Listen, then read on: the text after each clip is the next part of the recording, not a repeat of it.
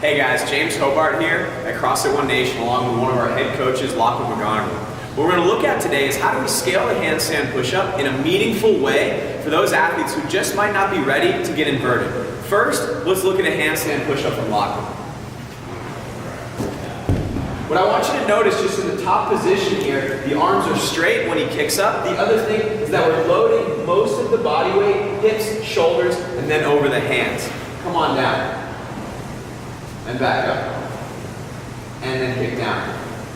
Now what we need to look at is how do we preserve the strength stimulus, but also the coordination stimulus and the feeling of being upside down for this movement. The first way we're going to look at that is with a wall walk. Now in the wall walk, Lachlan essentially is going to lay down in a push-up position, elbows tight to the body, hands same width as a push-up. His feet are jammed back into the wall.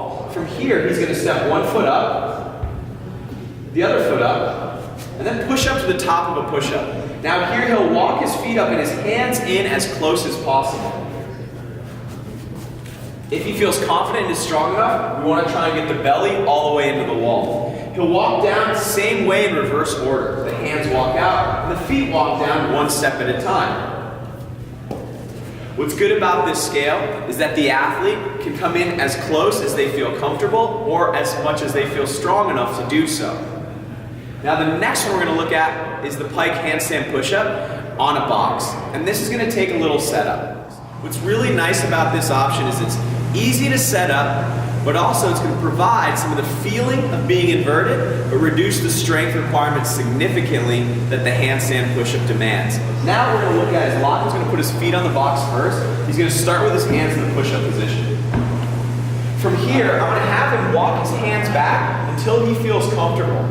Ideally, we want to get the hips stacked over the shoulders because now we're close to that inverted handstand push-up position.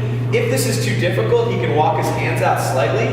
He's going to tuck his chin toward his chest, bend his elbows, touch the top of his head to the floor, and then lock back out, just like any other pressing movement. As he comes down, we can keep in mind that we can make this easier by bringing the hands further away from the box, or again, more difficult by bringing the hands closer. Another scaling option we can look at, similar to the pike push-up on the box, is the pike push-up on the floor, and that's going to start just like this. Lachlan will go back down to a push-up position. Once again, he's going to walk his hands toward his hips.